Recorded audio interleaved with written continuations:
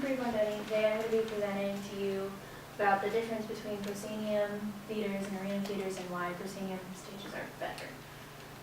So, a little bit of a background. As you can see, the picture there is of a proscenium stage, and this is an arena stage.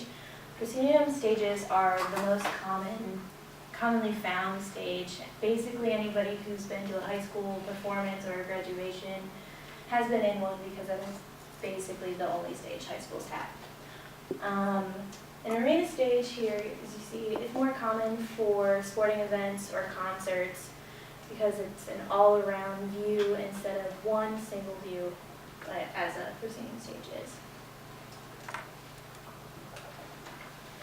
So my first point for why proscenium is better is the difference in costumes. With an arena stage, since an audience is sitting all around the stage, you can see every point of a costume. So this costume over here, very detailed. The ruffles you can see are all the way down the dress, and there's sequins everywhere. Another thing added is, since it's very detailed, it also costs more to have something sewn perfectly to make sure nothing will fall apart on stage as you're performing. With a proscenium stage, since normally you'll only see the front or side of an actor, things don't need to be as detailed as this picture here is. Normally if you see the back of a person, it's because they're walking back to sit in a chair or they're walking off the stage.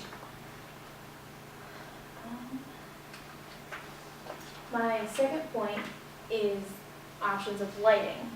So, as you can see with these diagrams here that I have found, this is for an arena stage.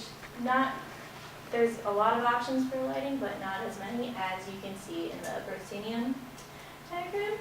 So, with the added amount of lights, you can add more angles of lights, decreasing shadows off from a performer.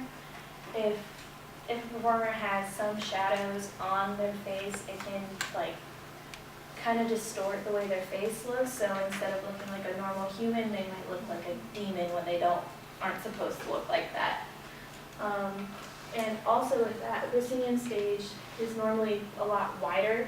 So that means you can use a lot with the lights to try to distract people from where they're looking. So if you need to switch a set, you can make that side be darker and have a spotlight on, like somebody doing a monologue or people dancing at like a ball or something. While an arena stage would be much harder to hide something like that from the audience since everybody is fully surrounding them. The next point is set design.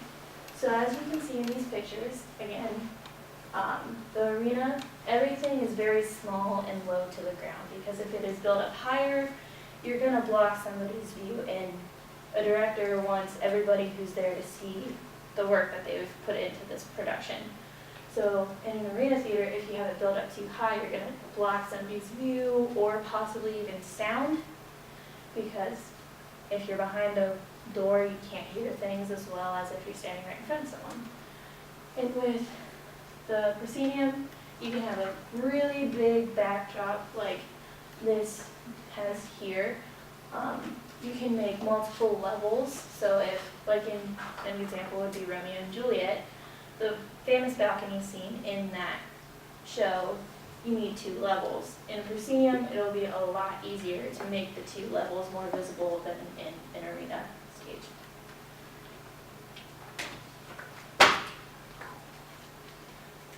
So, with all 3 of these reasons that I've told you before, I can confidently say that a proscenium stage is a lot better for options and how a director can make their site, like their vision of the play viewed.